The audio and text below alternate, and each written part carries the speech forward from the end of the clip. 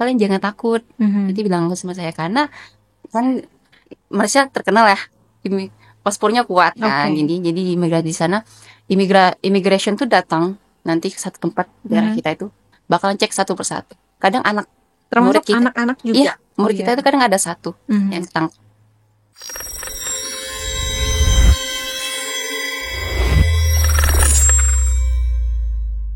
Hai Inel, Hai Ustazah, gimana kabarnya? alhamdulillah baik. Ustazahnya gimana? Alhamdulillah baik. Alhamdulillah. By the way, ini kali pertama kita ketemu ya. Iya. Sebelumnya kita belum pernah ketemu karena Inel ini ternyata alumni tahun berapa tuh? Alumni 2019. 2019. 19. Lulusnya 2019. Kalau alumninya namanya 12 Generations. Oh gitu. Iya. 2019 saya masuk ke Islamic itu tahun 2020. Jadi kita emang gak ketemu ya. Oke. Nah karena ini kita pertama banget ketemu, mungkin kenalan dulu deh. Inel ini asalnya dari mana, sekarang kegiatannya apa gitu. Oke. Jadi kenalin, nama aku Inel Asari, biasanya orang panggil Inel. Nah, aku berasal dari Desa Bakam. Kalau dari Singalilal sini sekitaran 1 jam. Oke. Terus sekarang aku mahasiswa aktif semester 7 di Ensas Babel, jurusan Tadris Bahasa Inggris. Oke. Jadi asal kamu dari Bakam. Nah, karena again ya, lagi-lagi kalau kita berbicara tentang alumni, itu pasti bakalan ada sesi nostalgia. Itu wajib banget, kayak menu wajib kalau ada alumni. Jadi mungkin pertama-tama Inel bisa ceritain dulu pengalamannya waktu dulu lagi mondok di sini. Kalau nyeritain pengalaman kayaknya 1 hari nggak cukup deh, Zah. Karena emang panjang banget kan ya. Apalagi 6 tahun ya kamu di sini. 6 tahun dari awal sampai lulus. Jadi kebetulan dari lulus SD itu nggak ada pilihan lain. Jadi cuman Islamic salah satu pilihan. Tiba-tiba pada saat itu kan masuk Islamic itu punya ada seleksi yang agak ketat ya sebelum kedatangan kita. Nah, jadi terima nggak terima kayaknya Islamic ini cuma salah satu pilihan. Qadarullahnya saya keterima, walaupun keterimanya agak di ujung-ujung nih namanya. Saya dulu pun pengurutan kelas pun misalnya kelas saya itu kelas-kelas anak yang banget, pinter banget tuh pas seleksinya. Berarti udah ada kelompok kayak unggulan gitu. Terus saya dapatnya kelas D, itu namanya agak ujung banget, udah D. Tapi pada zaman dulu nih, bukan zaman dulu banget sih. Pada dulunya itu kalau terima Islamic itu namanya kan tertara di koran nih. Itu merupakan suatu kebanggaan juga nih buat orang tua karena anaknya bisa keterima di Islamic. Terus namanya tertera di koran. Jadi orang-orang kampung yang baca koran ini pada telepon, katanya nama anaknya ada nih di koran, lulus di Islamic. Ya mungkin kebanggaan segitunya ya, maksudnya kayak jadi kebanggaan banget waktu itu. Nah maaf ya, saya potong sedikit. Kalau boleh tahu seangkatan sama siapa waktu itu? Ada Ustazah Nurul. Oh, ada Ustazah Nurul. Iya, sekarang juga ngajar di sini. Kemudian Ustazah Dina juga. Oke, boleh lanjut lagi. Nah, pas di pondok, pas pondok, aku kayak bukan anak yang pinter-pinter amat, terus bahasanya yang bukan bahasa jago-jago amat, kayak Ustazah Nurul ya, yang mungkin bagian bahasa dulunya bahasanya lebih baik. Terus di kelas juga nggak pinter-pinter amat, karena aku MTS-nya itu benar-benar yang kayak anak remaja, baru puber, jadi mondok ya mondok aja. Kalau ngelanggar ya pasti ngelanggar, tapi nggak pernah ngelanggar yang sampai berat banget hukumannya. Kemudian di SMA aku baru sadar kalau masuk pondok itu penting banget. Waktu MTS ada pelajaran nahu dan sorob nih. Padahal ustadznya enak banget ngajarnya. Kita punya jargon nih kalau belajar nahu, pokoknya tanya an-nahu uhibbuha. Itu pokoknya untuk membangun semangat kita untuk belajar bahasa Arab. Nah, tapi karena aku sama MTS itu belum sadar, mungkin apa ya belajar bahasa, mungkin mindsetnya belum kebuka nih untuk belajar bahasa. Tiba-tiba SMA, nah aku ngelanjut di sini, SMA sini lagi.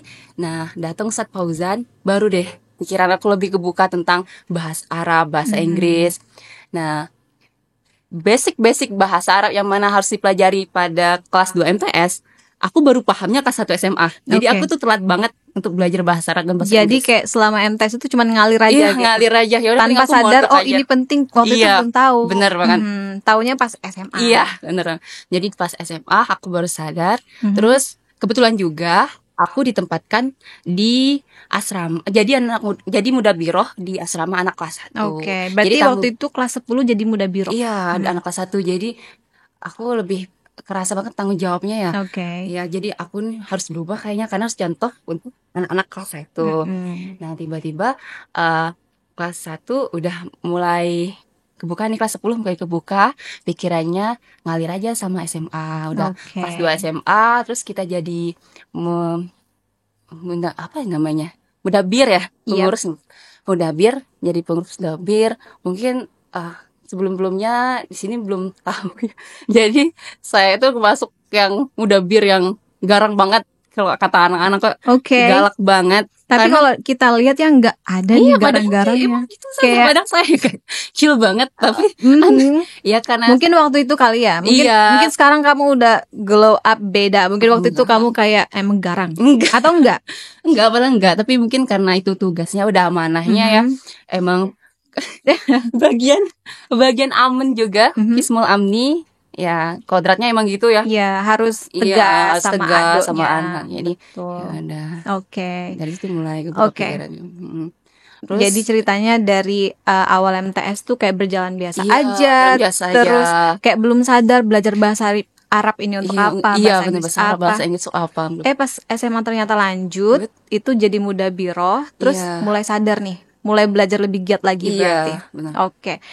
Nah, terus berbicara soal pengalaman, pasti kan 6 tahun itu bukan waktu yang sebentar ya. Dan pasti banyak banget pengalaman, terus kejadian-kejadian unik. Nah, kalau misalnya dari semua hal yang banyak itu, bisa nggak ceritain satu momen yang nggak bakal dilupain selama hidup kamu, mungkin selama jadi anak pondok? Kalau momen yang paling nggak bisa dilupain kayaknya, kalau untuk kesehariannya di pondok itu berangkat ke masjid sholat berjamaah.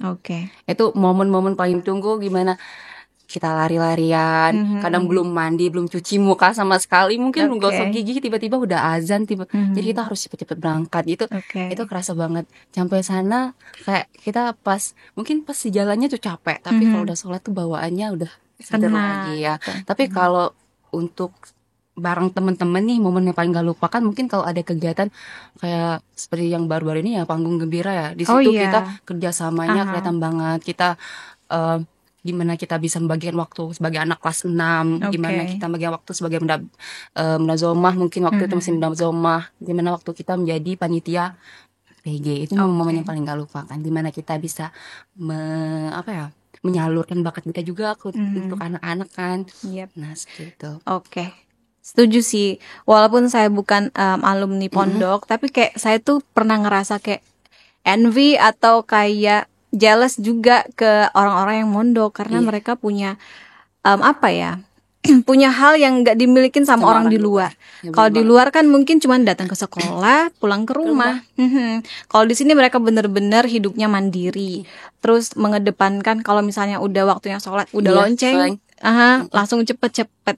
Terus juga tentang leadership juga, ya kan? Gimana kalian bisa ngehandle sebuah acara yang itu anak-anak luar mungkin untuk kesempatan itu kurang. Jadi pengalaman atau mungkin hal yang Inel inget terus hal itu. Nah, nanti kesan pas lulus itu berarti tahun 2019 ya. 2019 Inel gimana, langsung melanjutkan ke kuliah atau gimana? Enggak. Sebenarnya aku yang anak yang punya catatan nih. Misalnya aku masuk ilmu politik, berapa persen? Dapatnya 20% kemungkinan dapatnya. Kampusnya udah ada, udah pilih kampus. Tapi rupanya orang tua nggak mengizinkan untuk kuliah keluar jauh nih, karena 6 tahun udah jauh dari orang tua. Mungkin terus adik juga mau mondok lagi, jadi di rumah itu nggak ada siapapun, jadi ngalah gitu. Jadi nggak kuliah dulu. Terus ada kesempatan untuk tes Polwan. Oke. Nah, tes Polwan, tapi nggak dapet. Terus karena tes Polwan nggak dapet, terus kampus-kampus tuh banyak yang udah tutup. Jadi tiba-tiba kepin aku nggak boleh nih diem aja nih di rumah. Aku 6 tahun mondok. Biasanya kan ada pengabdian gitu kan, Zaza. Terus jadi di kampung sebelah itu ada pondok tahfiz. Nah, di sana terus ustazahnya itu ada bilang katanya butuh pengabdian nih, butuh pengabdian. Terus mungkin ada temen yang ngabarin katanya pondok kampung sebelah itu butuh pengabdian. Kalau mau coba dulu, kira-kira keterima atau enggak. Nah, tiba-tiba besoknya langsung datang ke sana. Ustazah sana juga welcome banget. Terus tanyain kesininya mau kapan? Yaudah aku besoknya langsung datang langsung mondok. Nah, niatnya di situ awalnya bilangnya nggak mau pengabdian, maunya ngafal Quran. Fun fact-nya sebelum masuk pengabdian itu aku juga seleksi ngafal Quran sama temen juga yang lulusan dari alumni juga, bertiga. Nah, aku tuh milihnya setengah tahun karena setengah tahun ngafal Quran, setengah tahunnya untuk pengabdian. Jadi 1 tahun. Jadi udah pas kan, karena tahun depan aku mau kuliah nih. Betul. Nah, rupanya aku nggak lolos yang di setengah tahun. Aku lolosnya yang di 1 tahun. Jadi kalau 1 tahun menghafal, 1 tahunnya ngabdi. Jadi harus 2 tahun lagi gap year. Ini kan udah setahun gap year. Tambah lagi 2 tahun, 3 tahun gap year kelamaan. Jadi aku nggak ngambil itu. Terus aku jadi berencana untuk ngabdi. Terus ngabdi di pondok tahfiz juga. Nah, di sana baru deh kerasa apa yang kita terima di pondok itu diaplikasikan di sana. Kayak bagaimana kita public speaking, ngajar public speaking, kemudian mufrodat yang pernah dapat di sini kita aplikasikan lagi di sana. Jadi kalau kamu waktu ngabdi itu kan tadi ceritanya kamu belum bisa lanjut langsung kuliah. Iya, belum bisa lanjut. Terhalang oleh tes ini, ternyata belum lulus dan ternyata udah tutup kan. Terus ternyata kamu jadi pengabdian di sebuah pondok juga. Dan pastinya itu bukan hal yang kaget lagi kan, karena kamu udah pernah ngerasain 6 tahun. Dan pas ngabdi di situ pasti perasaannya gimana? Ngabdi di situ sebenarnya ada juga kagetnya juga sih, Saza. Karena di kan bagian Islamic apa tuh? Islamic ini kan bahasanya banget kan ya. Ya karena mungkin karena basicnya tahfiz, jadi bahasa itu enggak begitu di nomor satu kan. Kalau di sini kan bahasa lah ya, dan di nomor satu kan. Jadi agak itulah nih, anak-anak ngomong bahasa Indonesia biasa aja nih, nggak ada yang negurin. Sedangkan di sini kita yang aja gitu, tiba-tiba namanya ada dipanggil. Dicatat kan? Sama apa sih namanya? Jasusa. Betul. Iya. Terus abis dari mengabdi itu ada nggak hal yang pengen Inel ceritain atau tantangan tersendiri atau gimana gitu? Atau pengalamannya lancar-lancar aja atau biasa-biasa aja? Enggak, kayak tantangan sih. Karena kan aku pondoknya modern nih, tiba-tiba kesana tahfiz, nggak relate lah gitu ya. Nggak relate, tiba-tiba di sana aku harus ngajar tahfiz, ngaji gitu. Gimana kalau di sini kan kita bangunnya itu sekitar jam berapa ya? Mungkin sebelum azan subuh mungkin kita udah bangun ya. Kalau di sana jam 3 subuh itu harus tahajud. Jadi ustazahnya kan juga harus bangunin. Terus kita juga sebelum subuh juga harus itu ngaji dulu.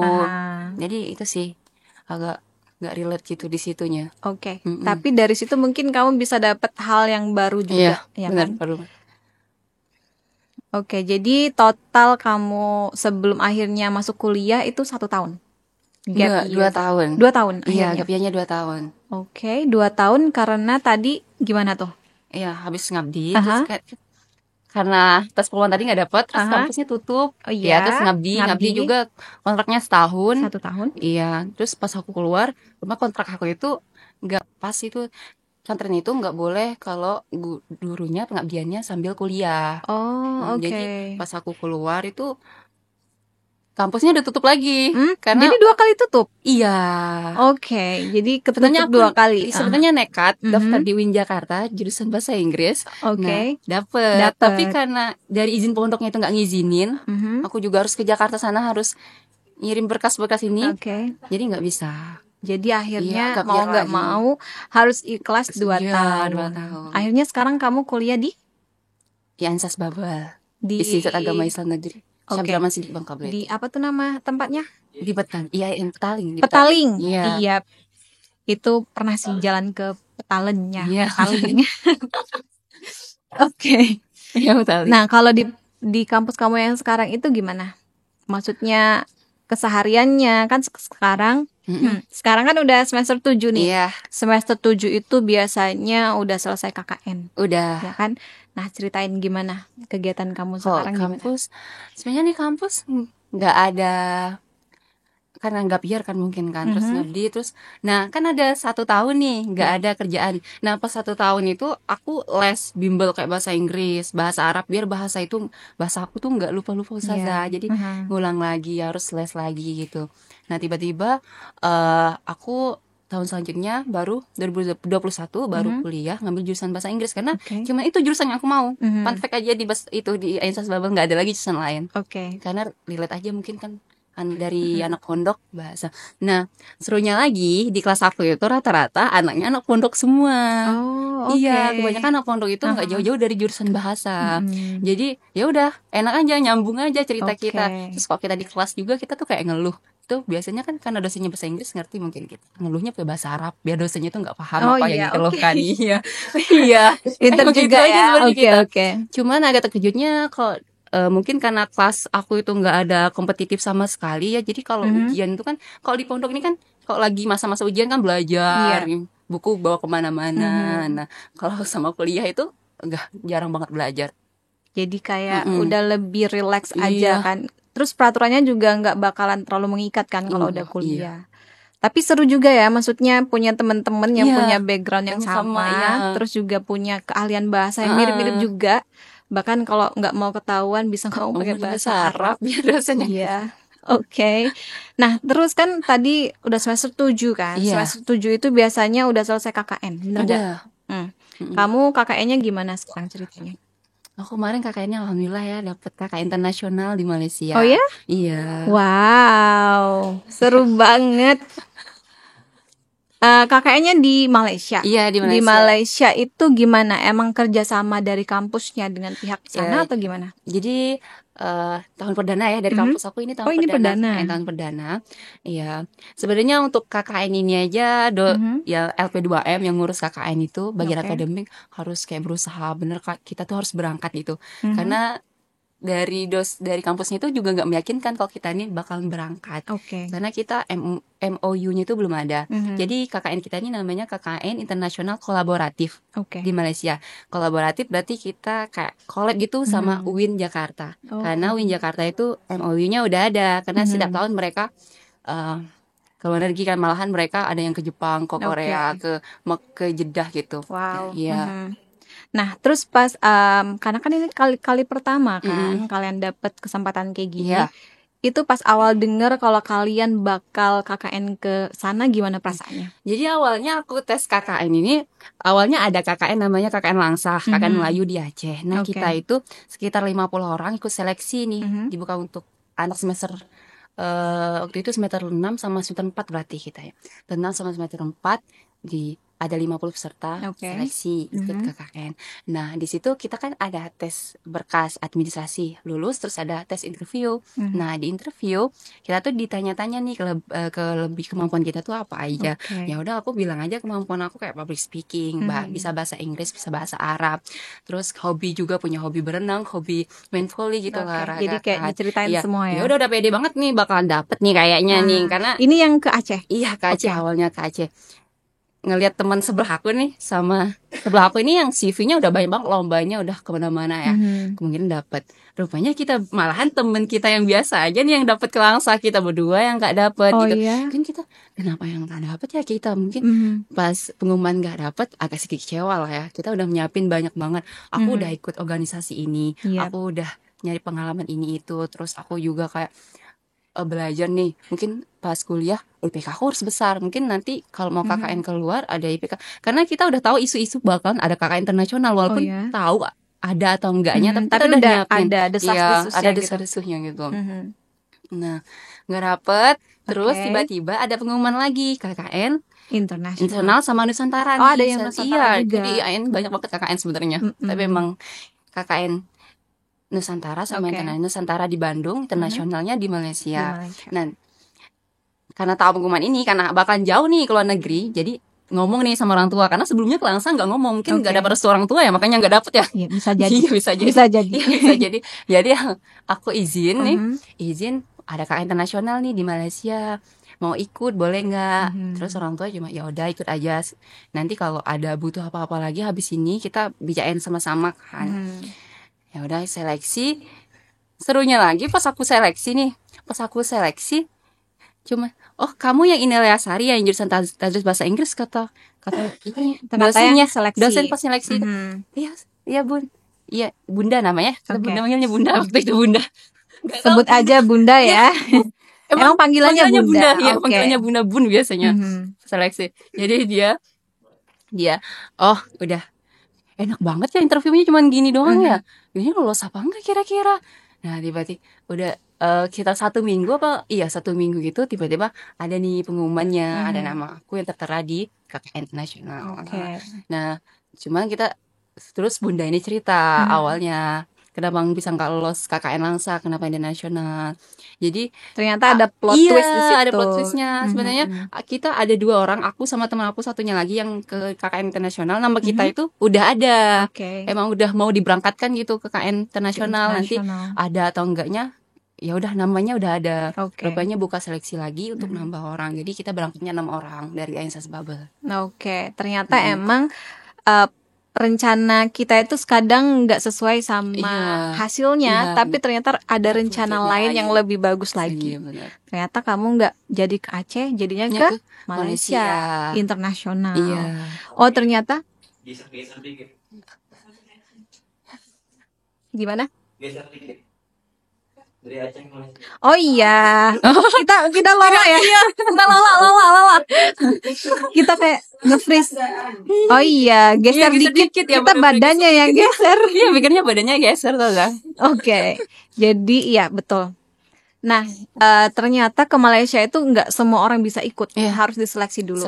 Dan kalian orang-orang yang beruntung yang bisa pergi ke sana. Dan angkatan pertama yang bisa ikut KKN di Malaysia. Nah, kemudian waktu itu pas di Malaysia aja ya, kita langsung cerita pas di Malaysia. Pas di Malaysia itu mungkin kalau orang pada umumnya nih, orang-orang kan mikir Malaysia, Indonesia sama kan. Maksudnya kayak bahasanya juga mirip-mirip. Bahasa Malaysia itu ada Melayu, di Indonesia juga ada Melayu. Terus muka-mukanya juga mirip-mirip gitu kan, sama aja. Mungkin itu di pikiran orang pada umumnya. Nah, pas Inel kemarin ada di Malaysia, terus ternyata langsung masuk di situ, terjun langsung. Ada hal yang beda nggak ternyata antara Indonesia sama Malaysia? Nemu orang Malaysia asli itu agak susah sebenarnya, susah banget. Gimana tuh? Malahan kita karena aku ya dapat. Jadi kita tuh 32 orang, terus dibagi lagi jadi 12 sanggar belajar. Nah, setiap sanggar belajar itu ada 3 orang. Jadi kami bertiga itu ada namanya Sri Muda. Nah, Sri Muda namanya di Shah Alam, Selangor. Jadi di situ kita tinggalnya daerah plaza-plaza gitu, jadi pasar gitu, terus ruko gimana. Yang mana kebanyakan orang imigran. Iya, malahan pagi-pagi itu kita bukan denger azan gitu, malah lagu India yang diputar pagi-pagi karena ruko di bawahnya lagu India. Jadi dari itu banyak orang Bangladesh, orang India sama orang Nepal. Jarang banget nemu di daerah yang kamu yang aku tinggal waktu itu. Aku aja baru tahu sih. Maksudnya saya baru tahu kalau misalnya ternyata banyak India, Nepal di situ. Banyak. Lebih banyak emang daerah situ karena rata-rata orang bekerja kan imigrasi kan. Dari itu banyak toko-toko. Nah, orang imigrasi kan kebanyakan kerja di Malaysia sebagai orang jaga kedai ya. Mungkin kalau di Indonesia kan kebanyakan kalau toko-toko Chinese ya. Kalau di situ ada nggak ketemu yang kayak Chinese gitu, yang di toko-toko? Ada, toko emas tetap Chinese. Toko emas tetap Chinese. Berarti kalau emas nggak India ya, tetap Chinese. Ngajarin taruh itu ke India. Apa? Enggak.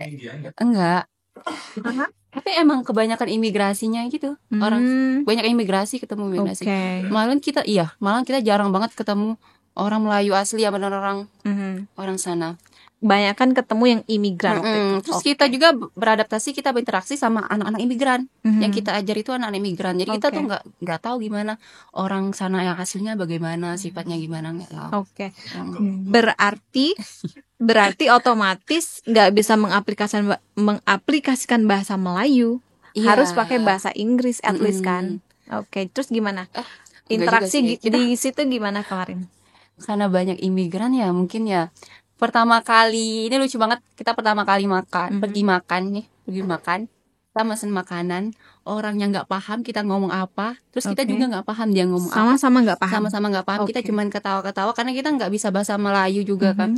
Kita udah nyoba kayak bahasa Inggris, dianya nggak tahu, nggak ngerti. Kayaknya dia imigran dari Pakistan ya, muka-mukanya orang Pakistan gitu. Dicoba bahasa Arab nggak bisa. Nyoba nggak bisa. Kita nggak nyoba lagi bahasa Arab. Lupa kayaknya kita nggak nyoba bahasa Arab. Jadi kita bahasa Inggris. Kita baru ada orang imigran juga dari Indonesia yang jaga itu warung. Jadi dia baru datang kita. Katanya mau pesan apa ini. Itu agak susah sih awal-awalnya kita mau pesan makan aja susah ini. Iya, ternyata interaksinya susah. Mereka aslinya mau bahasa bahasa Melayu, Ustaz. Melayu campur. Iya, Melayu campur. Berarti tapi agak karena logat mereka itu mungkin iya, jadi kurang jelas gitu. Iya, kita bisa. Kita sempat pakai bahasa tubuh juga. Kita sempat pakai bahasa tubuh. Ya kita udah one gini. Ya, udah gini. Terus kalau mau nunjuk makanan itu gitu kan. Terus kalau makan kayak gini enggak? Nunjuknya. Terus ya. No.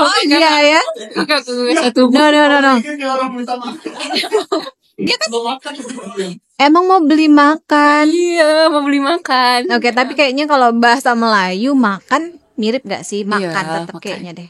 Makan ya, nggak mungkin makan kan? Iya. Makan bahasa Bangka nggak? Makan bahasa. Iya. Bahasa Bangka. Bahasa Bangka. Oke, nah pas di situ kan ternyata ketemu orang-orang dari budaya yang beda. Iya. Ada nggak peraturan yang khusus dari lingkungan tersebut? Kayak ada aturan-aturan khusus atau gimana gitu? Atau semuanya kayak normal-normal aja? Normal aja. Kayak kita pada umumnya ya. Terus,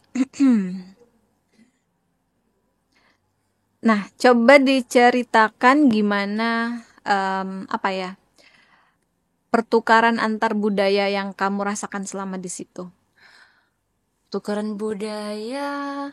Oh enggak. Atau enggak? Iya, yang kayak kata shocknya aja. Selama 1 bulan di sana aku nggak pernah digigit nyamuk.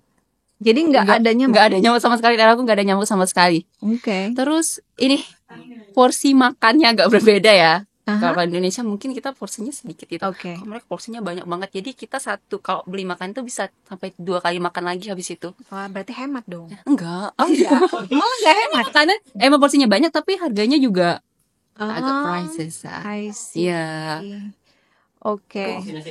Iya, porsi nasi padang. Terus bisa 10 ringgit, 13 ringgit itu sekitar 50.000, 40.000 ya. Satu kali makan. Emang bahasanya cuma 10 ringgit, kayak bayangin 10.000 doang. Dan 10 ringgit itu 37.000. Oke. Itu belum masuk makanya dia banyak minumnya ya. Karena mereka ringgitnya lebih gitu ya. Oke. Terus kan tadi ngomong makanan. Nah, makanan sehari-hari di situ apa? Apakah nasi lemak semua? Nasi lemak. Nasi lemak. Ya, kan orang-orang mikirnya Malaysia kan nasi lemak. Iya. Indonesia kan nasi padang. Nasi kandar, nasi lemak. Gimana tuh? Nasi goreng mungkin. Nasi. Makanan. Iya, nasi gorengnya juga. Kalau makanan di sana gimana ya? Kalau ngomong makanan ya enak aja, tapi mereka nggak ada kayak rasa kayak kita asin, manis, pedes campur jadi satu ya. Nah, kalau mereka kok manis gitu. Oh, satu rasa. Ya. Pernah juga saya makan Saza karena mungkin kemanisan nih. Padahal lagi lapar banget, lagi BM nih ayam madu. Kira ayam madu bakalan kayak ayam kayak di sini kayak ya. Ayam kecap ya, ada rasa manis-asinnya, manis-manis dikit gitu ya. Ternyata rupanya manis banget tuh. Terus kuahnya itu kental banget kayak kuah madu. Berarti iya, kan nama juga ayam madu ya. Iya. Tapi literally madu. Iya, madu.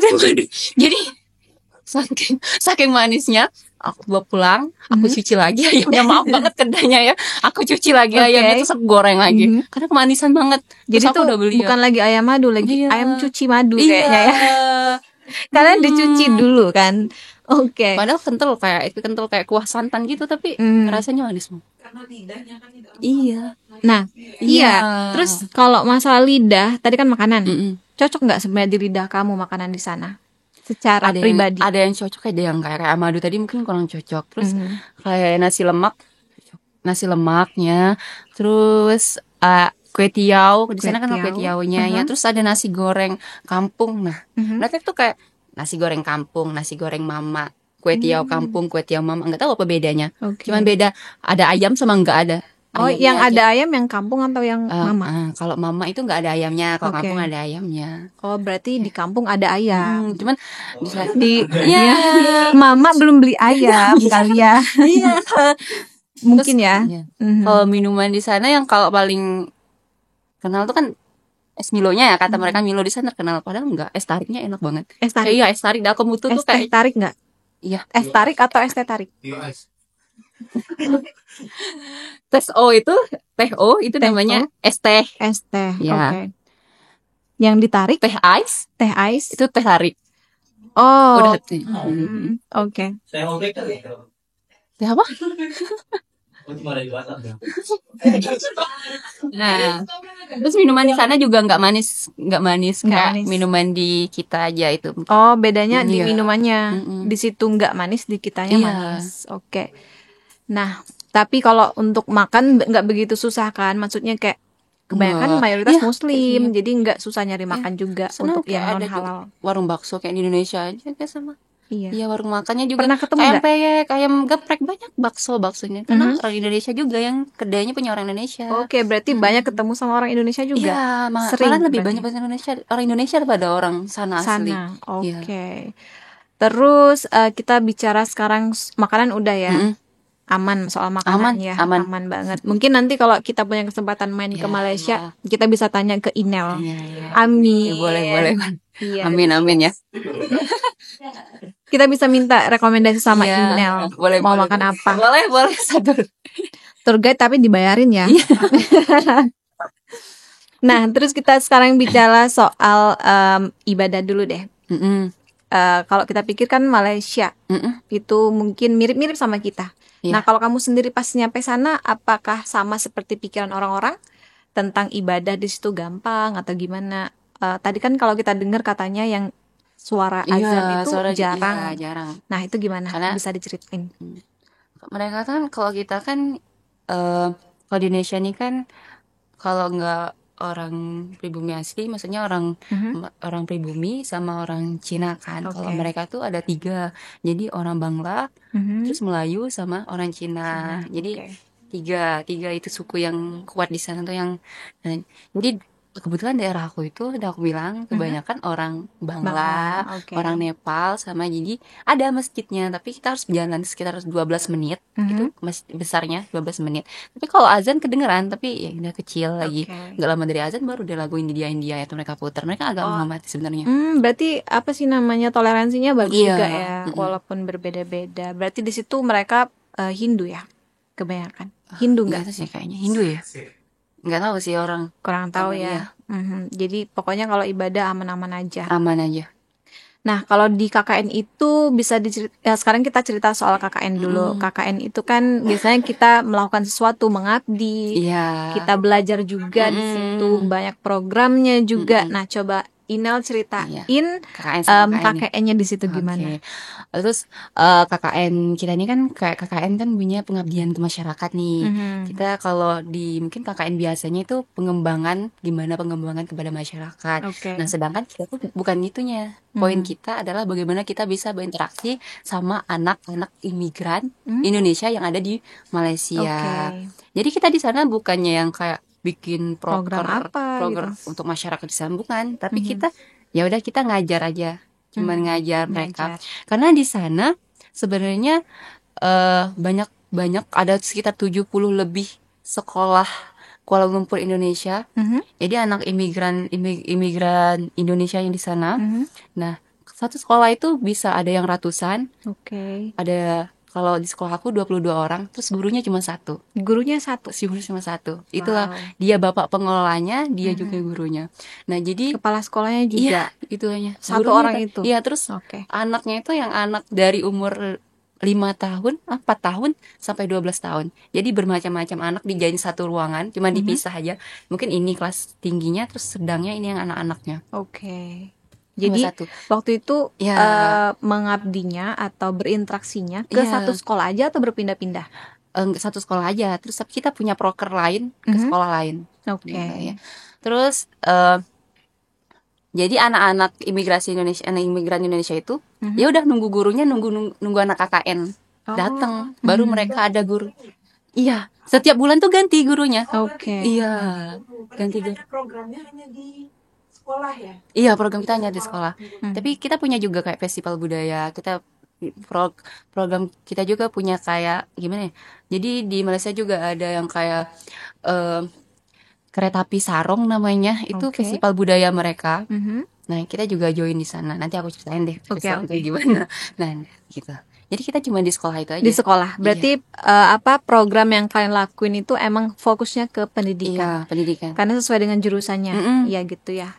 Oh, berarti yang tadi dimaksud itu yang dipegang oleh satu orang aja di satu sekolah itu maksudnya ketika mau mengajar itu emang mengandalkan dari yang datang. Iya, kalau nggak ada kita-kitanya, misalnya nggak ada anak KKN ya usah. Ya udah bapaknya itu sendiri yang ngajar. Oh gitu. Iya. Berarti emang membantu banget ya kedatangan kalian di situ. Iya. Nah, terus gimana? Mungkin Inel pernah ngerasain jadi siswa. Terus Inel ketemu siswa-siswa di situ. Iya. Nah, bedanya apa antara siswa di sana sama kita di sini? Waktu Inel mengabdi di sekolah itu. Kalau kayak anak imigrasi ya gimana mau? Kalau anak imigran ini mungkin mereka kadang latar belakangnya beda. Mungkin kalau kita kan ya deket sama orang tuanya, mungkin orang tuanya masih lengkap. Kadang mereka itu orang bapaknya udah nggak ada. Terus mereka tinggal di sana itu takut-takut karena gimana ya?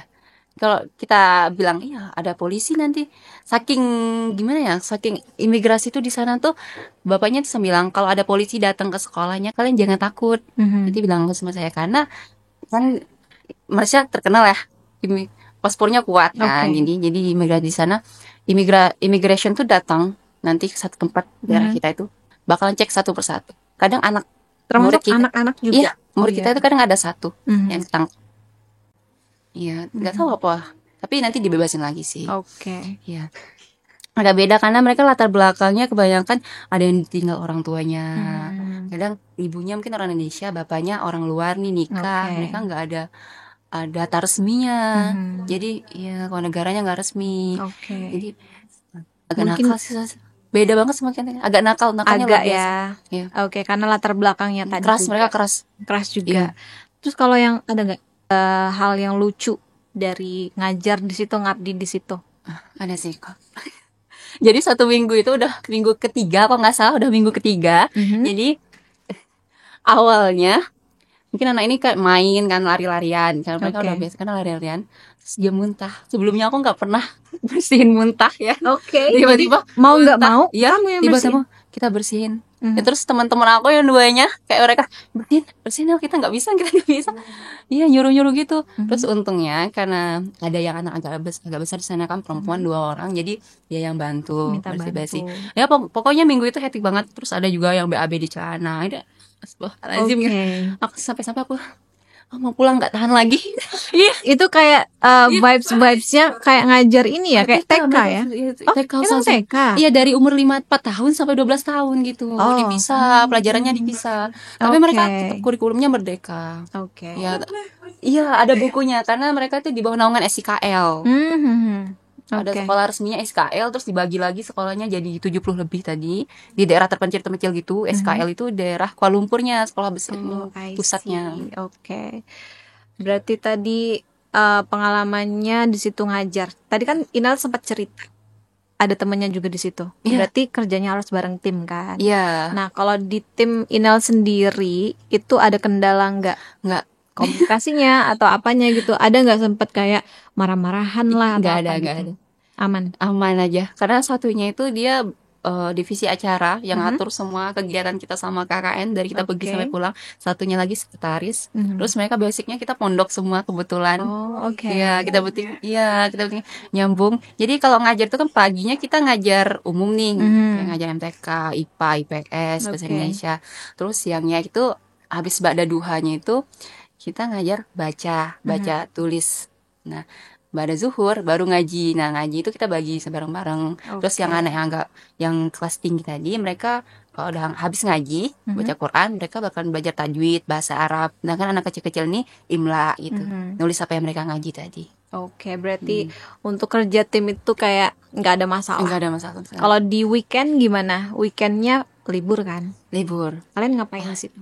Kayak SB. Sebenarnya sanggar aku itu kayak sanggar yang paling enak sebenarnya ya. Karena kita weekendnya itu Sabtu Minggu, sedangkan teman-teman yang lain di sekolah yang lain itu mereka dari Minggu pagi aja. sampai malam. Nanti mereka liburnya cuma hari Jumat. Terus iya. Jadi ya udah kita weekendnya kemarin setiap minggu kita punya grup itu. Jadi Grup. kita OTW mana nih minggu ini? Oke. Nanti kita iya. Enggak kita iya itu sih. Enggak dekat. Deket yang jauh itu kayak Genting, Malaka. Oke. Berarti emang selain emang mengabdi, tapi juga ada waktu have fun juga kan. Ya sebenarnya aku tuh ya Allah datang ke Malaysia aja, alhamdulillah nih. Iya. Nggak ada planning sama sekali mau ke KL. Oke. Mungkin cuman ke Twin Tower aja nih. Impiannya ke Twin Tower, lihat Twin Tower udah. Iya. Tapi rupanya teman aku yang divisi acara ini dia punya list tempat yang harus dikunjungi. Oke, iya. Kebetulan aku satu SB nyambung, enak juga. Kalau diajak orang gas aja ya. Jadi ya udah. Berarti dia pinter tuh, nggak mau menyanyiakan kesempatan. Iya, sekali sekali mendayung. 2-3 pulau terlampaui, ya kan? Iya sih, karena kayak berapa lama waktu itu KKN-nya? 28 hari. Nah, 28 hari kalau kita cuman kayak di sekolah itu aja, nggak ngapa-ngapain kayak rugi juga kan. Apalagi itu, kesempatan juga. Tapi dosennya di situ ada berapa? Nggak ada. Nggak ada, berarti nggak ada istilah dosen-dosen pendamping. Nggak ada. Pamong gitu nggak ada ya? Emang Ada kalian dosennya dari dibebaskan? UIN. Dosennya dari UIN pas nganter kita aja, terus ke KBRI, terus kita 2 hari balik lagi ke. Jadi kita di sana. Berarti sistemnya dilepas gitu. Iya, ada itu. Iya dilepas, kita ada penanggung jawabnya namanya Pak Soheh namanya. Beliau yang jadi Penanggung jawab ya, antara orang sana. UIN sama orang KBRI sama UIN. Oh, KBRI, oke. Iya, SKL. Nah, tapi kan iya sih. Jadi ya kalau apa-apa Pak Soheh yang itu. Mereka kan juga kan tadi dari diseleksi. Iya. Diseleksi itu pasti juga ada dilatih kan, maksudnya dibekali nanti gimana-gimananya gitu. Terus kita bicara lagi soal budaya-budaya ya. Tadi KKN-nya. Kebiasaan orang Malaysia apa yang bisa bikin kamu kayak kagum gitu? Kebiasaan mereka Ya mungkin kamu kaget. aku tadi kan bilang keren kalau juga, aku gitu. ya jarang banget nih nemu anak-anak Melayu asli di Malaysia. Oke. Tiba-tiba kita itu diajak sama ada PMII ya, Persatuan Mahasiswa PMMI ya. PMMI Apa namanya? Persatuan Mahasiswa Malaysia. Malaysia Indonesia pokoknya. Oh, iya, gitu. PMMI kalau nggak salah. Nah, jadi mereka ngajak kita untuk join di acara namanya acara kebudayaan. Itu namanya itu apa? Sarong, pokoknya intinya Budaya. Nah, Oke. itu budaya. Terus aku kira cuman satu tempat, nanti kita dikumpulin jadi satu tempat di mana gitu kan. Rupanya enggak. Jadi kita tuh sebenarnya aku di Shah Alam. Jadi di Shah Alam tuh sebenarnya ada kelompok lain, tapi karena kita sesama ngumpul sama teman-teman lain dari sekolah yang lain, jadi kita ditugasin di KL. Nah, aku kira ya biasa aja ya kan, kayak budaya kayak kita biasa aja. Rupanya mereka kayak ada pertunjukan budaya-budaya gitu. Terus dari sekian lama belum pernah ngeliat muka yang orang Melayu, tiba-tiba ngeliat orang Melayu semua. Oke. Kayak gini tiba-tiba. Itu kayak shock mungkin ya. Terus yang kebanyakan anak mudanya. Jadi anak muda di sana tuh kalau ada acara kebudayaan mereka sangat excited. Oke. Iya. Jadi mereka di situ malah hebat sih. ketemunya sama anak-anak muda. Iya. Seumuran sama kalian. Iya, rata-rata anak kuliah juga. Berarti dapat kenalan banyak orang juga di situ. Ya. Jadi enaknya lagi mereka itu hebatnya lagi mereka itu bisa bikin acara mengumpulkan anak muda se-Malaysia tuh Kuala Lumpur jadi satu tempat. Wow. Iya. Ada berapa banyak Terus orang? ya mereka pakai yang kayak batik, pakai sarung, make upnya kayak make up orang Melayu asli, pakai sarung kemana-mana, pakai batik kemana-mana, acara itu aja. Jadi di mana-mana ada batik, kain batik diikat gitu, karena mereka acara budayanya. Oke. Kereta api sarong namanya. Kereta kereta api Sarong. Kenapa kereta api Sarong? Karena nanti kita kumpul di station di LRT. Misalnya kita yang Kuala Lumpur di Kuala Lumpur nih, yang di Putrajaya kumpul di Putrajaya. Kita berbondong-bondong naik kereta api LRT tadi kan. Nah, pakai sarong yang tadi. Oke. Berarti itu yang kayak bikin kamu keren juga ya. Bisa ngatur hal yang kayak padahal gini. mereka budayanya yang kayak nggak jauh dari kita. Terus budaya mereka juga nggak begitu banyak. Tapi mereka bisa mencintai budaya mereka sebegitunya anak mudanya. Oke. Terus juga ternyata kompak juga kan. Iya, kompak juga bisa bikin acara sebesar itu. Oke. Tadi kan dibilang batik ya. Berarti kayak batik Malaysia gitu. Batik Malaysia. Oke. Bedanya apa kalau kamu lihat dari segi ukirannya mungkin atau bahannya? Sebenarnya kalau pakai batik dari Indonesia kan kalau mereka tuh batiknya gimana ya? Kayak yang kita yang dulu gitu. Kalau Indonesia kan mungkin ada upgrade-annya itu batiknya kan. Jadi batiknya coraknya lebih bagus, lebih dominasi. Iya, kalau gini kan batik kan sebutannya. Kalau di mereka tuh nggak ada kayak bukan gini. Batik. Bukan. Mereka yang kayak bener-bener ukiran daun-daun gitu atau apa. Oke. Terus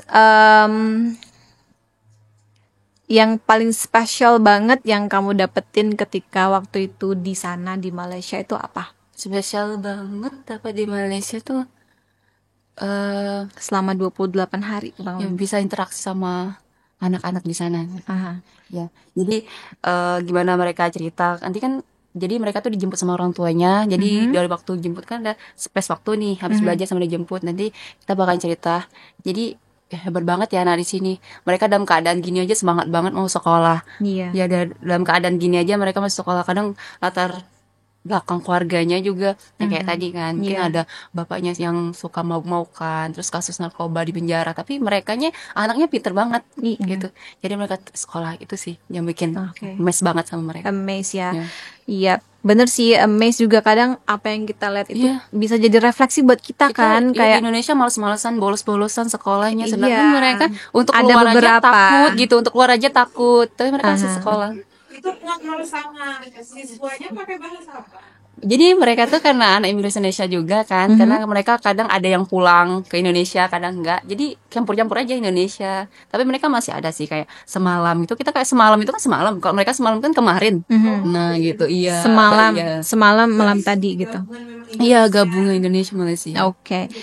Nah, kan jurusan kamu bahasa Inggris ya. Jadi yang kamu ajarkan ke sana bahasa Inggris ya, jadi diterapkan atau gimana? Iya, jadi kalau ada kelas bahasa Inggris, jadi kebetulan aku itu juga KKN plus PPLK Integritas namanya. Jadi kita karena kita dari tarbiyah ya, pendidikan, pas lagi kita pengabdian yang ngajar, jadi sekalian aja. Jadi kita bikin kayak, kalau kan modul kan nih, kalau kita PPLK ada modulnya. Nah aku kalau kelas bahasa Inggris aku yang ambil alih semuanya. Jadi aku ajar bahasa Inggris sesuai modul yang aku punya tadi. Jadi itu bukti PPLK-nya nanti ada nilai gitu. Nah berarti seru banget sih. Ya, seru. Kayak kalau kita kan biasanya KKN itu datang ke pelosok-pelosok atau enggak ke daerah-daerah lah ya, daerah-daerah di sekitar kita gitu. Kayak misalnya kalau misalnya saya kan di Palembang, nanti KKN-nya di daerah mana gitu, di daerah kabupaten mana gitu. Ternyata kalian ngelakuin itu di luar negeri. Iya, menerapkannya juga lebih gimana gitu. Nah, pas penerapan KKN itu, ada nggak nilai-nilai dari pondok yang kamu dapetin, terus ternyata itu bermanfaat banget ke proses kamu KKN atau kuliah? Proses kuliah. Ada pasti ya, ada ya. Kayak trauma kayak mentalnya itu. Iya sih. Iya. Tinggal jauh dari orang tua di negeri orang yang belum tentu kadang ini daerah apa namanya, ini daerah apa, bisa ke sana aja. Betul. Udah, iya. Terus kalau nilai-nilai pondoknya itu kalau kita pondok ya kayak disiplin anaknya kan. Iya, betul. Iya, jadi kebetulan teman aku jadi pondok juga. Jadi kita bertiga itu kalau di sini kan, di sana kan beda 1 jam ya sini ya. Iya. Ya kalau di sini jam 5, sana udah jam 6. Jadi kita tuh jam 6 pagi itu kadang kayak baru subuh gitu. Di sananya baru subuh. Jadi kita kalau habis subuh itu aku ya udah kita ngaji bareng-bareng. Kadang kita temen aku yang satu lagi tuh ada yang tahfiz, kebetulan dia anak hafiz Quran. Jadi dia tuh sering kayak tuh dengerin nih Quran nih. Terus kita tepat waktu aja. pokoknya anaknya kita bertiga disiplin Disiplin. banget. Iya, kalau Oke. terus kita bertiga kalau diajak kumpul nih, misalnya kita ada proker baru nih, nanti kita ke KBRI. Yaudah kita bertiga paling Cepat gitu. Iya. Oke. Itu berarti Iya. nilai yang diambil dari keseharian kamu di pondok Iya. kemarin, ya kan? Kalau ada lonceng berarti emang harus datang. Iya. Cep gitu. Terus ke sana kalau ada apa-apa juga disiplin kan? Iya. Akhirnya bisa membantu kamu buat berkegiatan di situ juga. Iya, benar. Keren. Nah, dengerin buat teman-teman atau adik-adik yang pengen sekolah di pondok, banyak banget manfaatnya Iya. ya. Jadi bisa lebih mandiri, lebih disiplin. Iya. Terus juga mentalnya kuat. Mentalnya. Iya, mental baja. Kalau di pondok tuh apa untuk ke depan tuh lebih udah tergambar gitu. Iya, betul. Iya. Jadi kan kita emang apa ya, mandiri Iya, kan. benar. Kalau mandiri kayak udah terpikir aku nanti habis ini ngapain. Iya. Tapi kan sometimes kalau kita di rumah itu mungkin kita terlalu banyak Terlena dengan iya waktu-waktu terlena, kosong. betul, banyak banget hal yang bisa bikin kita terlena. Iya. Entah itu main bareng teman, apalagi smartphone ya Iya, kan. sekarang. Itu banyak banget godaannya. Nah, terus ada nggak momen pas KKN itu yang kamu ngerasa bikin kamu, oh beruntung banget ya aku waktu itu jadi santri. Ternyata sekarang ini kayak ini bermanfaat banget. Iya. Ada sih. Aha. Karena pas aku masuk kuliah itu privilege yang aku dapat dari pondok itu ada banget. Banyak Karena, banget kan? Iya, Aha. terutama waktu dosen misalnya ngajar pakai bahasa Inggris nih. Jadi anak-anak yang mungkin dari luar yang Nggak dari sekolah terbiasa. biasa, iya mungkin harus terjemahin kita dulu. Misalnya Betul. apa sih kata bapak tadi apa. Jadi ya udah. Terus aku kayak yang public speaking gini, ini public speaking bisa gini nih gara-gara pondok juga nih. Karena muhadoro, Iya, karena muhadoro, karena Betul. terbiasa. Terus juga aku kebetulan dulunya di pondok ini sering ikut debat gitu. Iya. Ada ikut debat. Jadi ya udah pas Debat sama Ustadz kata Ustadz Bambang. enggak debat sama iya enggak saat enggak Fitnah ya. iya fitnah. Itu ada debat kan? Iya, program muhadoronya kalau udah kelas 11 ya debatnya. Enggak. Atau gimana? Enggak, debat tuh kayak lomba aja sih, lomba das Oh, cermat. lomba. Iya, das cermat berbahasa bernegara. Kita harus kayak ngapal pasal, ngapal semuanya lah oke. pokoknya. Nah, terus, Jadi itulah iya, momen yang bisa terus- bikin kamu kayak bangga. iya pas Akhirnya ya. kuliah aku kayaknya harus ikut organisasi nih biar karena aku pulang balik nih. Karena kalau kuliah sampai zuhur juga udah selesai, nanti pulangnya ngapain? Jadi aku ikut organisasi. Oke. Yaitu ngisi waktu luang. Kan situ ngembangin itu juga kan bakat yang kita ada kan. Betul. Ya udah berbagi ide sama teman-teman. Terus ya udah emang udah mempersiapin diri aja. Berarti emang kayak Iya. bener-bener banyak manfaatnya kan. Banyak. Maksudnya bisa kamu terapkan entah itu di dunia kerja pas kamu. Iya. Apa sih namanya? Mengabdi waktu Iya, itu. pas ngabdi juga nggak ada Kendala juga. nggak ada kendala juga waktu Betul. langsung ngajar tiba-tiba langsung ngajarnya SKI. Iya. Karena kan Ngapain itu, itu pernah kamu dapetin maksudnya kan. Iya, Akhirnya bisa SKI. kamu terapin. Terus juga di KKN juga hal-hal yang udah kamu pelajarin dulunya bisa kamu terapkan sehingga bisa banyak banget memberikan manfaat Jadi kan. sama kuliah sama KKN tuh enjoy banget, nggak ada Enjoy beban banget. sama sekali. Betul. Itu karena apa enjoynya tadi? Ya, karena hasil dari pondok tadi. Nah, itu dia karena hasil dari pondok tadi. Satu kali lagi pertanyaannya, pondoknya di mana? Islamic Center Di mana? di Sungai Liat, Islamic Nah, Center MT. Pondoknya ada di Islamic Center Sungai Liat. Kasih tepuk tangan semuanya.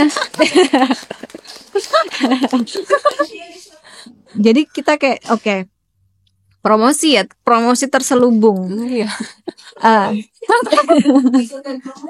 Iya.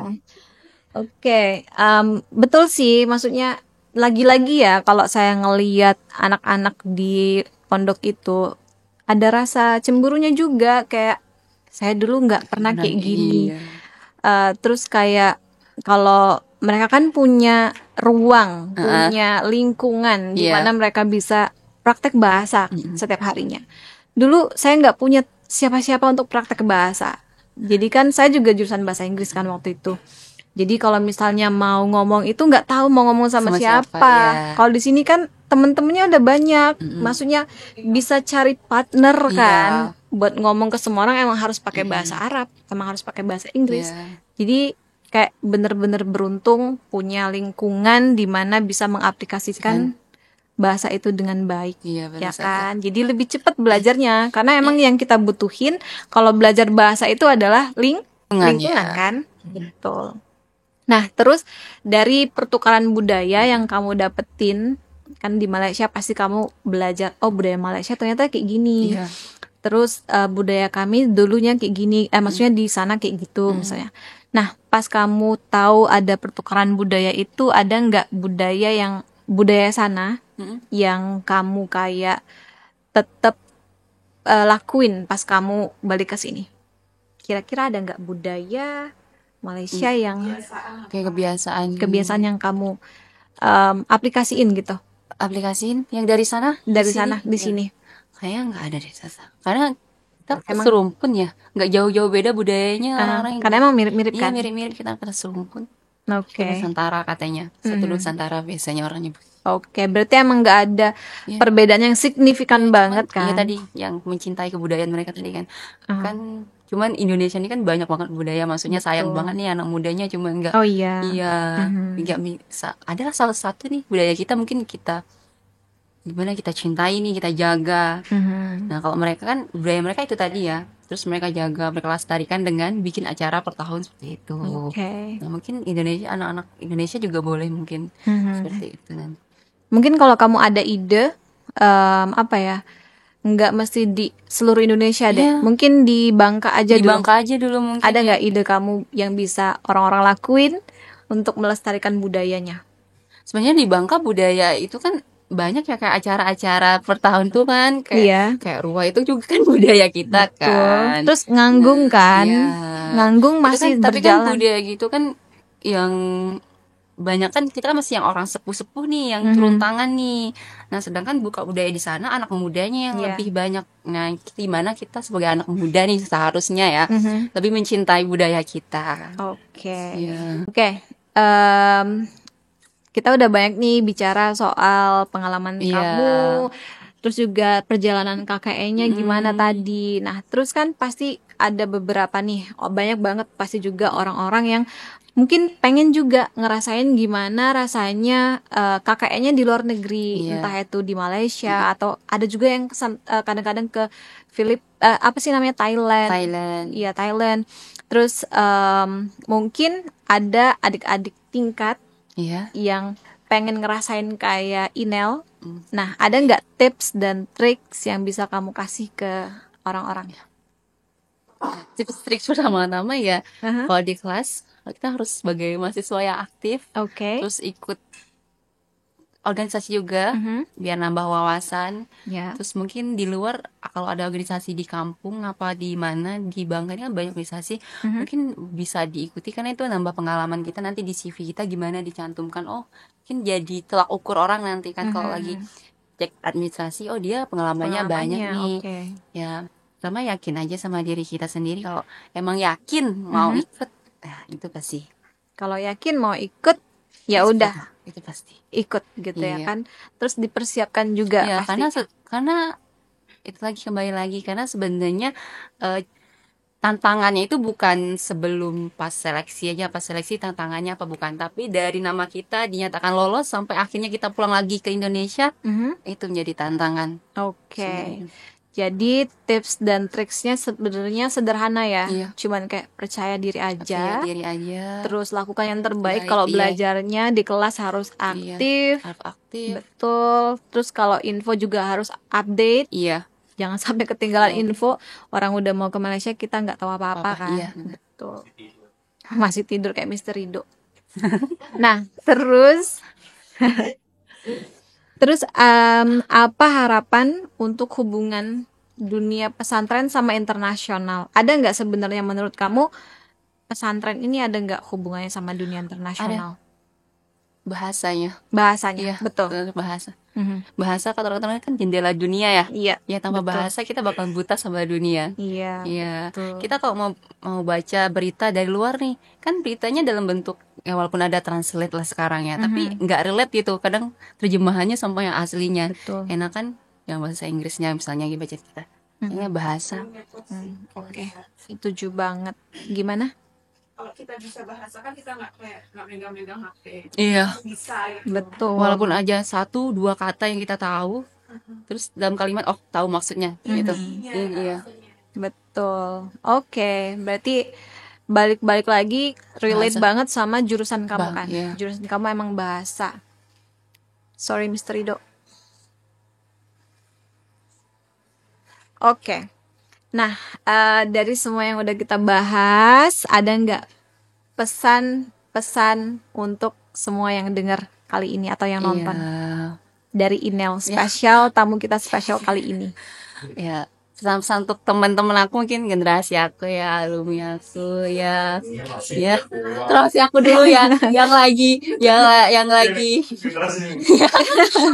mungkin yang masih kuliah di luar negeri ya, semangat sampai lulus. Amin. Kemudian yang udah bekerja juga mungkin bisa mengaplikasikan apa yang ada di pondok dulu untuk sentia, terus untuk adik-adik kelas terus semangat belajar, taati peraturan, karena dengan menaati peraturan terus disiplin ya, karena disiplin itu sangat penting. Terus jangan menganggap remeh, untuk apa pakai bahasa, untuk apa pergi ke masjid rajin-rajin, karena nantinya kita nggak akan ngerasa, kalau di pondok emang nggak ada hasilnya, tapi nanti di luar kalian bakal ngerasakan apa dari manfaat dari kedisiplinan bahasa dan ketaatan. Gitu. Mohon didengarkan Gitu aja. tuh. Ini kayak apa ya? Saksi asli gitu, maksudnya kayak bukti nyata bahwa emang bener kalau misalnya aturan bahasa dipakai bahasa Inggris Arab, ya udah ikutin aturan itu. Betul. Jadi tadi udah disampaikan oleh Inel. Ada lagi nggak Inel yang mau disampaikan ke teman-teman? Udah. Itu aja. Ustazahnya juga. Untuk mungkin ustazah juga yang dulu pernah ngajar saya, terima kasih banyak. Jasa-jasanya nggak akan kelupakan ya. Iya, untuk ilmu-ilmu bermanfaatnya sampai sekarang bisa saya rasakan. Ustazah favoritnya siapa waktu itu? Ustazah saya Miss Ismi. Miss Ismi. Sekarang lagi ngajar ya Miss Ismi. Oke. Miss Ismi nonton ya. Ustaz favoritnya mungkin? Ustadznya Ustadz Fauzan deh. Ustaz Fauzan tetap ya. Ustaz Fauzan banyak jadi favorit. Iya, Ustadz Fauzan. Oke. Karena bahasanya. Karena bahasa. Oke. Udah email? Udah. Inel, sorry. Iya. Jadi typo. Oke. Oke, makasih banyak ya Inel udah menyempatkan waktu buat bareng kita kali ini bicara tentang pengalaman kamu yang insya Allah akan bermanfaat bagi banyak orang yang nonton dan denger juga. Terus bisa juga jadi motivasi orang-orang, insya Allah gitu. Terus mungkin ini aja untuk kali ini. Seperti biasa, kalau misalnya ada ide, saran, komen, atau apapun bisa disampaikan di kolom komentar di bawah. Terus misalnya mau, oh sorry, what was that? Sosmed siapa?